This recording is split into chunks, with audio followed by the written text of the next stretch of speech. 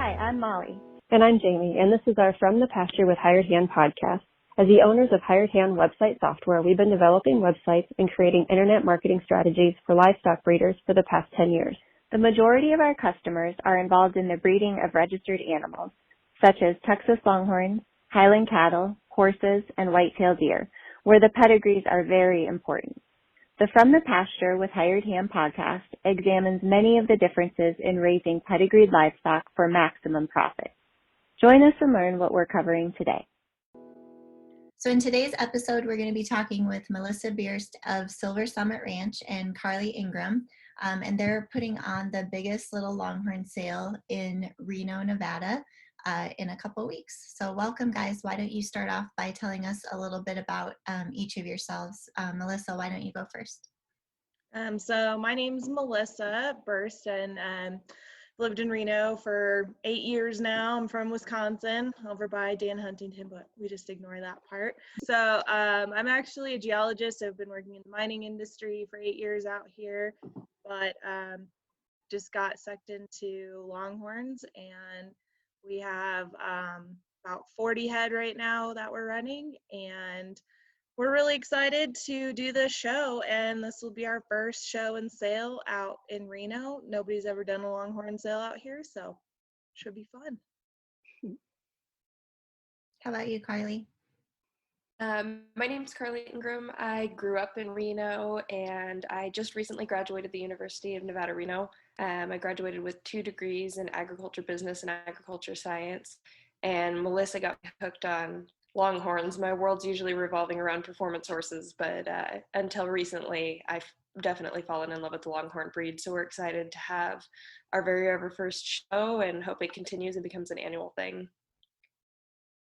Awesome. Perfect. And the your sale and futurity are coming up here in a couple weeks on July 16th and 17th. Is that correct? 17th No, and sorry, 17th and 18th. Yep, next week. So then the two of you are the sale host. Can you tell us the location of the sale? So we are going to be at the Reno Livestock Event Center. It's a large complex that takes up a whole city block. And we're going to be in the Livestock Pavilion building. We have the whole building to ourselves, and we're going to have all the cattle set up in the cutting pavilion outside, which is an open air pavilion, but it has shade, so it can get a little hot in Reno. But so we're excited to have such a really good facility available to us with all the amenities, and to be right in town. We're a block off the interstate, so very easy access to get to, and been very grateful that through the whole ordeal with the COVID, that the livestock director has been very supportive of us being able to change our date, keep our show, and work with us to make sure that we can still keep the event going. Tell us a little bit about why you wanted to have a sale in Reno. We started thinking about this idea of having a sale last year because there weren't going to be any sales out west. It just wasn't. The Oregon sale and the Rocky Mountain sale, just the Fays weren't going to do it, and the Rocky Mountain sale was there last year, supposedly.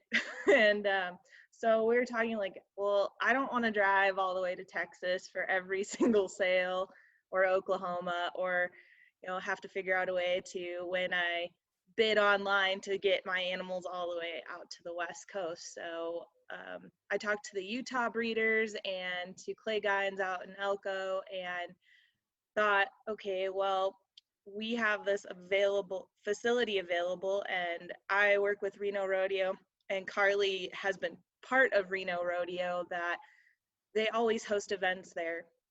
So we got thinking about asking, okay, how hard would it be to get this facility available, look at the cost, the time to put in, and then try to look at who would actually show up. And we kind of got our plan together, and it just kind of rolled from there. And I think that Mike Lucas and Warren and Kathy Dorothy have been really great supports on my end of saying, hey, this is a good idea. Warren used to come here back in the day for the Western Cattlemen's Association meetings, he said. So we had people who knew the area and said, well, we'll send cows if you can get, the show organized. So it just kind of evolved from there, and I pulled Carly in because I can't do it by myself or I would go insane.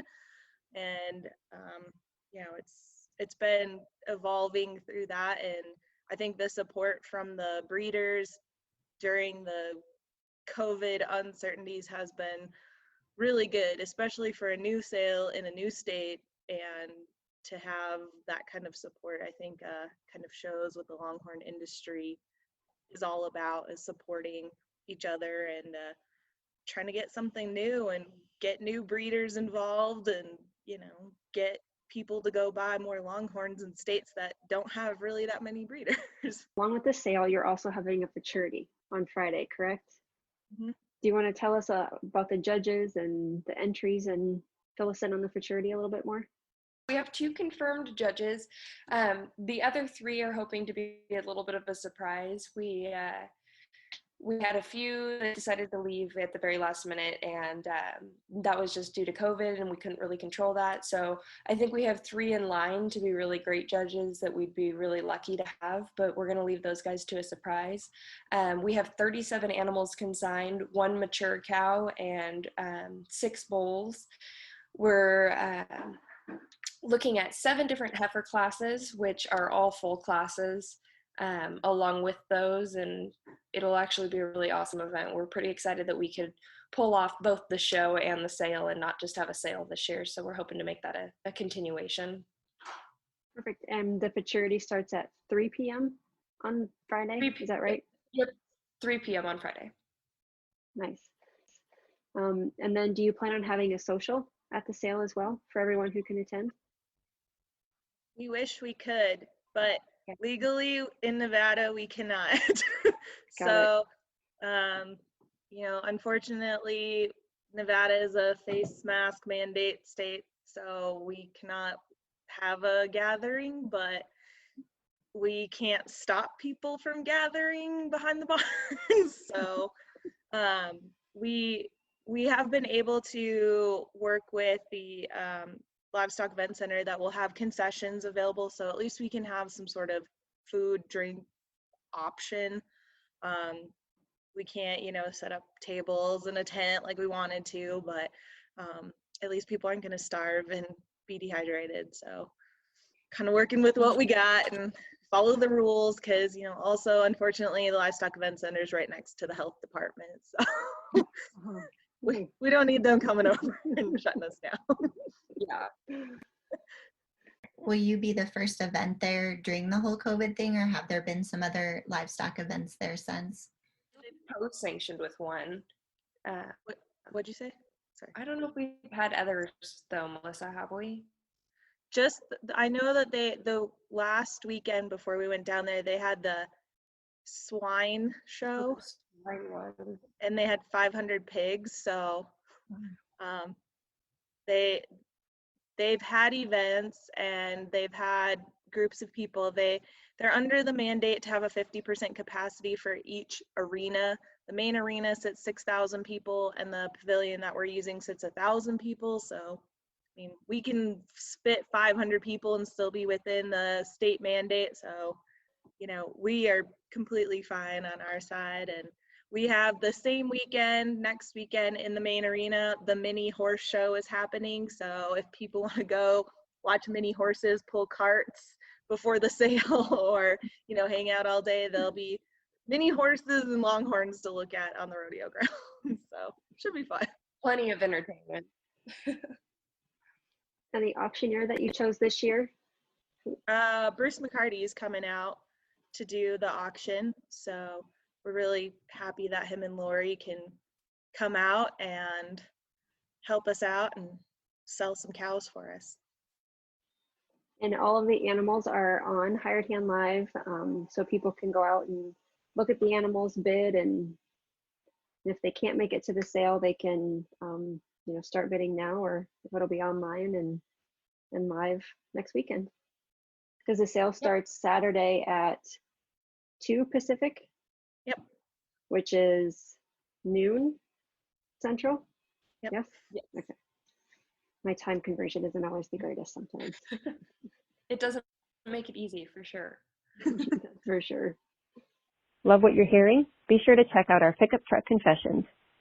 It's a video series where we hop in the truck or rental car and interview a variety of breeders about what drives their passion for their livestock, how they got started in the breed of their choice, marketing tips, and more. And now, back to the podcast. So let's talk a little bit about the consignments and the consigners. Go ahead and start by telling us who some of your consigners are to this being your first sale. So I've got my list here. So we have Warren and Kathy Dorothy from Caballo Bravo Longhorns. We have Alex Dees from CR Longhorns. We've got we're consigning from Silver Summit Ranch. We've got Mike and Kat Lucas from Lucas Ranch. We've got Judith Wilson and Ingrid Huang from Roughshod Ranch. Clay Guines from SC Longhorns. Jason Hardy from JH Cattle Company. Wes and Suzanne Skinner from Southern Longhorns. Mike and Linda Metcalf from Longhorn Ventures. Kim and Nick Nicodem from Commander Place Longhorns. Josh and Kit and Wendy from Plain Dirt Farms. Ron and Joanna White from White's Longhorns. Chris Heron from Bar H Ranch. And Jake and JC Gardner from the Gardner Cattle Company. So I think we got a good geographical spread. We've got people consigning for the very first time to a sale. So, I think that's a good start to get a good mix and get new people involved. We've also got new people coming in for the futurity who've never done a futurity before. And we've got some people who have signed up to, asked me if they could sign up to pre-bid. And so we've got people, I've already went on hired hand and I saw some people have bid already. So so it's always good to see that people recognize we're here, and I think we've got really good animals for our first sale and during a crazy time where people can't always travel like they would like to. So how many consignments are there total? We have 37 consignments. Okay. And a few of those names you listed off, I recognized as not being from the West Coast or that area. Do you have haulers lined up, or are you hoping some of the non-West Coast people will haul for others that by where they're heading back to? Both. We have a local hauler that is working with us. His name's Sterling Ward. Carly knows of him as well. He's known around the area, mostly for hauling bucking bulls, but he's one of our guys out here who hauls to Texas, seems like now on a regular basis. And then we've got Always.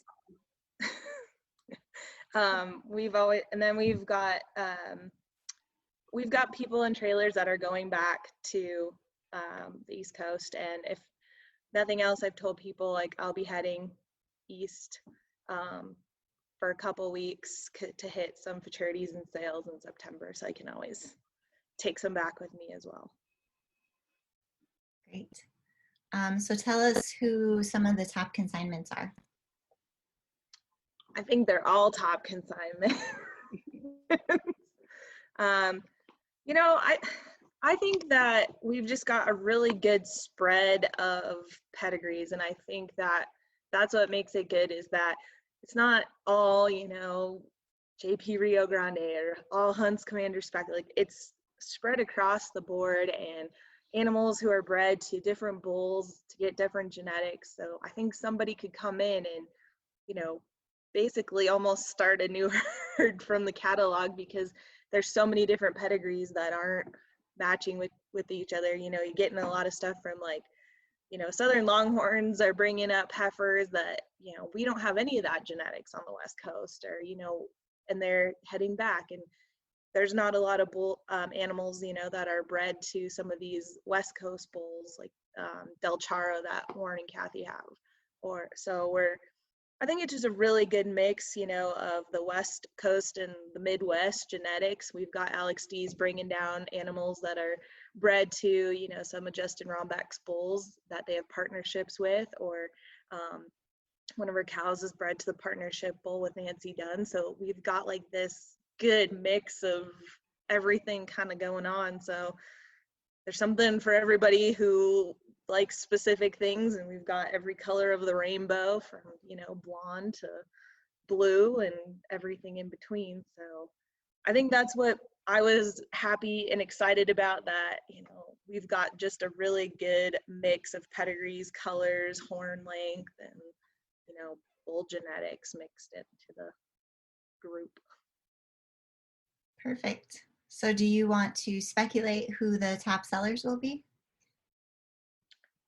I don't know. What do you think, Carly? I hope they're all top. I hope they're all $20,000 animals. I don't know. I think we have some good ones in there. I know we hope to see Silver Summit, the bull that we've put in the consignment. Not that he may not be a top consigner, but we hope to see him go and continue to produce progeny now that he's done his job for us. Gosh, as far as top goes, I don't know. The one that we have our heart set on, we don't want to mention yet because we're going to be involved too. But I think that she would probably go to be at the top. Well, you'll have to let us know after if you were right. Definitely. Will do. Let's talk a little bit about some of the people that are traveling to the sale. Is the host hotel, can you tell us who that is and if they still have rooms available, if people are still needing to get a room? So our host hotel is the Grand Sierra Resort. They still have rooms available as of now. They're a 5-minute drive, if that, from the Rodeo Grounds Event Center. They have tons of trailer parking. We have been watching the hotel capacity because hotels can only book at 50% capacity right now too. So luckily we live in Reno and we have tons of hotel casinos available to anybody. So it's not like we'll run out of rooms at all in Reno. And we do have some really great options for hotels. We've used the Grand Sierra because of the trailer parking capacity that they have. They've got a huge parking lot. It's been kind of the rodeo stock show host for a lot of events.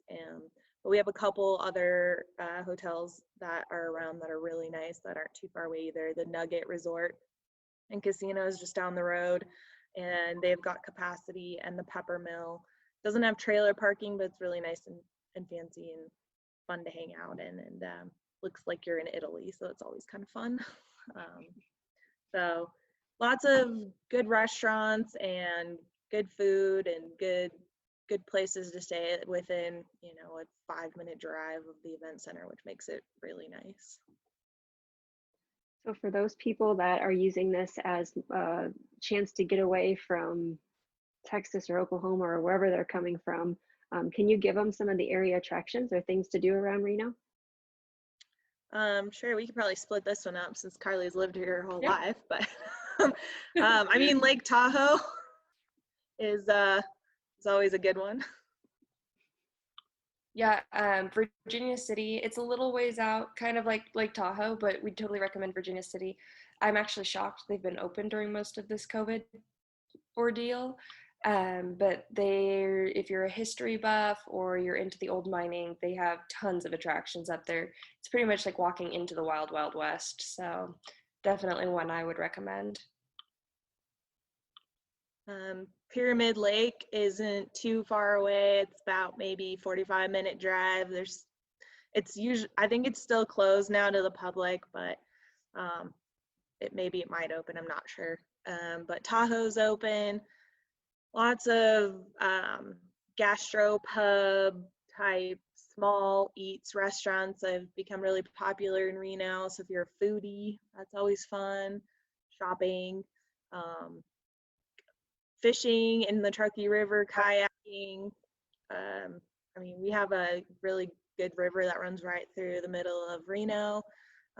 We're right by the Sierras. You could go up, and all the ski resorts are open for hiking and biking. If you're a mountain biker, you can rent mountain bikes.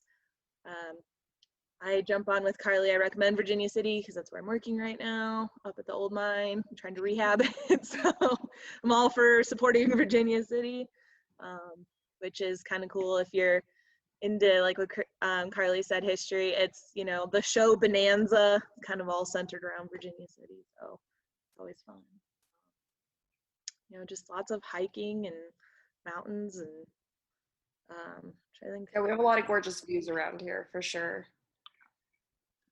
Lake Tahoe is one of my favorite places I've ever been, so I would ditto that and highly recommend that. I've been to Virginia City too, but my memory doesn't serve me right to remember what all I saw there. Tahoe's beautiful, and there's, you know, many places to go up there, and it's kind of breathtaking. And if you're a foodie, definitely there's some really good places to eat up in Tahoe. We go up probably once every couple weeks just to get a bite up there.